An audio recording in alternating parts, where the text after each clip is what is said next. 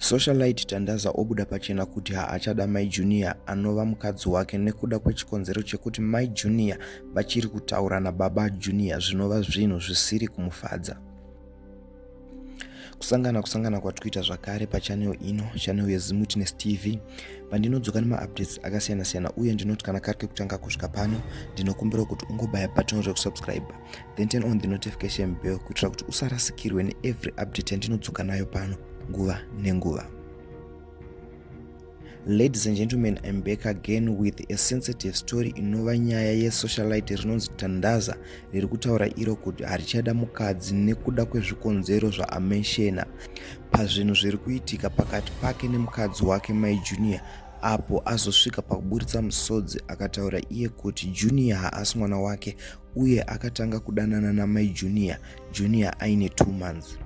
Asi chiri fani panyaya yacho ndechekuti Tandaza azodeleta video raanga aisa pasocial media, but zvisinei yanga yava too late, vanhu vanga vatoritora kare raakutotenderera mastreets.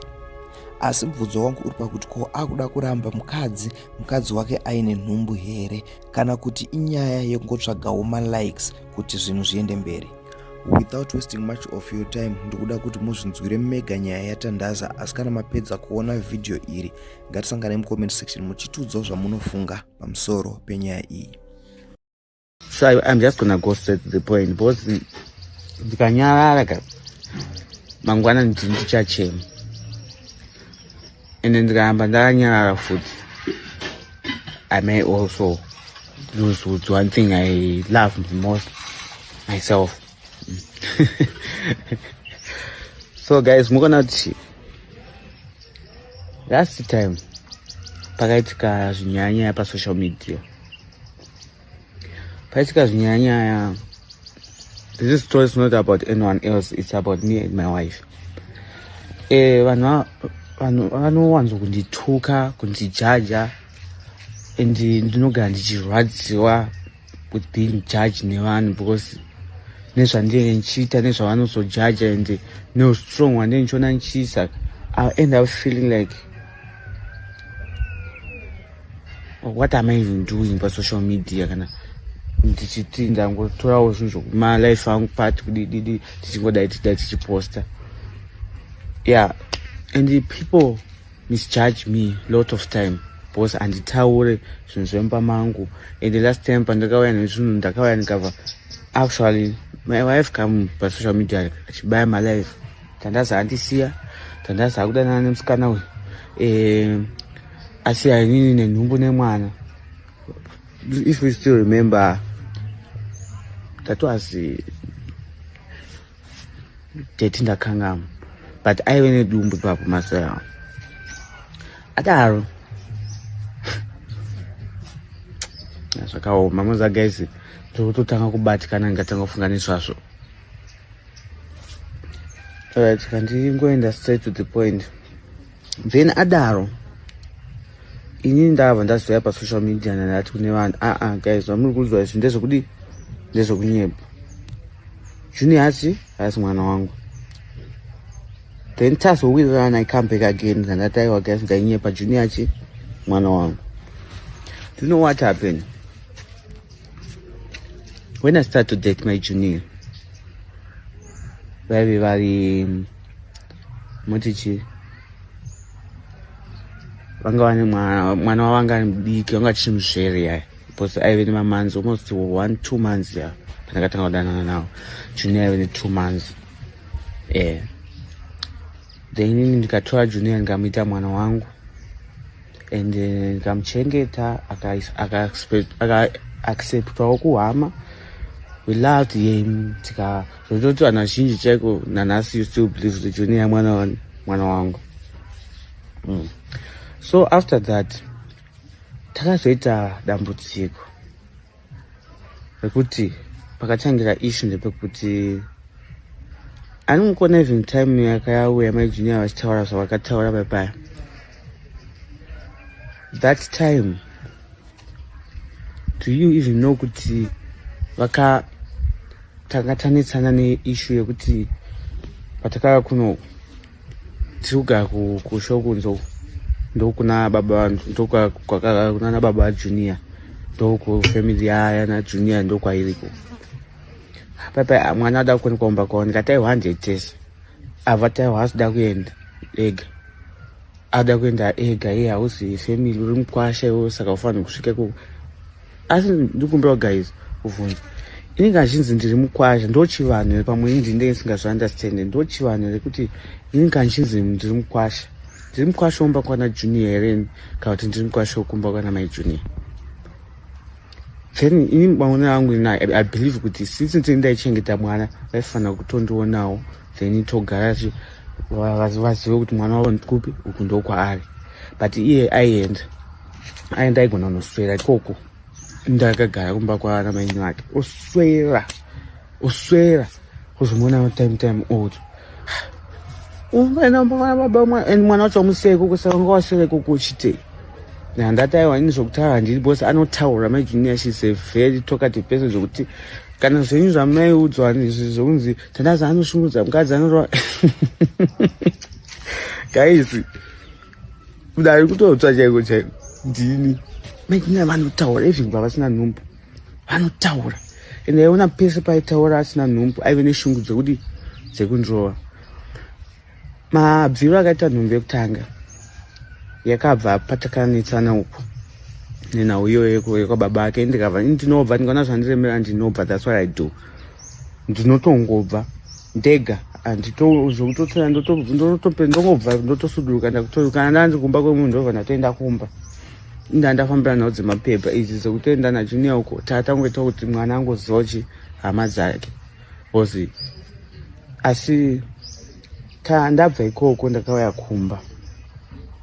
Then when I come, ndabva ikoenda ndo pandakatanga kugarwa andiginwaka nazvona after 3 days ndo zvaanoita andifonera baby I miss you baby this and that I'm sorry chichi ngatari kandikuregerere kandimusiye ndikuti munhu achisvika ndikuona dumba pachisina aunda what happened nyacho aina I'm sorry yange singatombonzwisisiki ngati shine pamwezvo ndozvarongoona Mwari. And then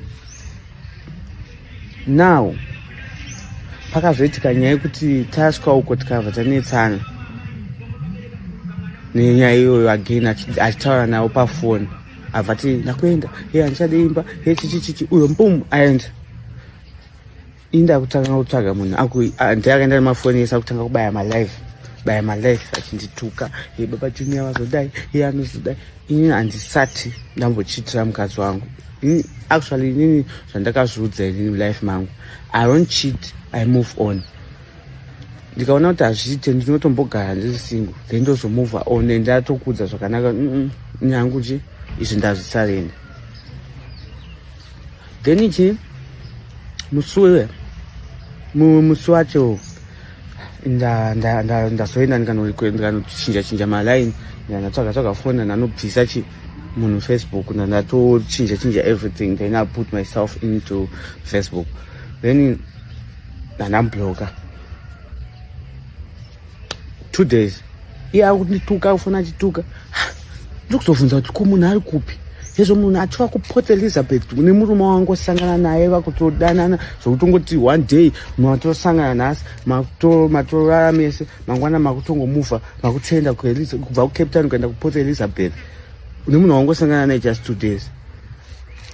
Then your family ask kuti zvaukuita zvikanzi uyo ari nani ari mature muhombe haambofanani nani naTandaza I'll go and take mwana because kuweza kuport Elizabeth kwai kudhuze nekuJoburg ndokwaigara mamangu saka ndokwanga kuna Juju Masaya. Now Mwari, what kind of problem is this? Mozazinaitika manje. That time I was the one futhi akablame her with all the people family. Isiyana nazo munhu wako chimoza kuti it's hard guys dakudza icho kwagara mozogara kuti uri mukadzi wourira murume ozviziva even when kama uda kusangana pasex chaipo baba pachini pachirwadza unyazoziva kuti ndikuda kupinda panhu pakapindwa it's so hard zvokutodaro. And even though I sacrificed ndikamutora bheki ndikanyarara paFacebook ndikaita ngati benzi then she took that advantage all the time kuti baba vanondida saka I have to do this. So samuchona paipa pandai cleana kuti ndo zvandaingove majunior mba mogona kutoswera mune zvinhu asati atori nenhumba maitoswera mune tsvina kucape town aripo angovata hadi kudai. So ende inini chinhu chondirwadza when I met my junior ndaive neproblem hombe vaibhilidha zvai zvokuti nani stop zvakaita almost 5 months, but I andinambominda. I was there for her, but what hurt me the most like zvinhu zvesezvo, after all I've been through, andambofana ndamutsvagira girlfriend.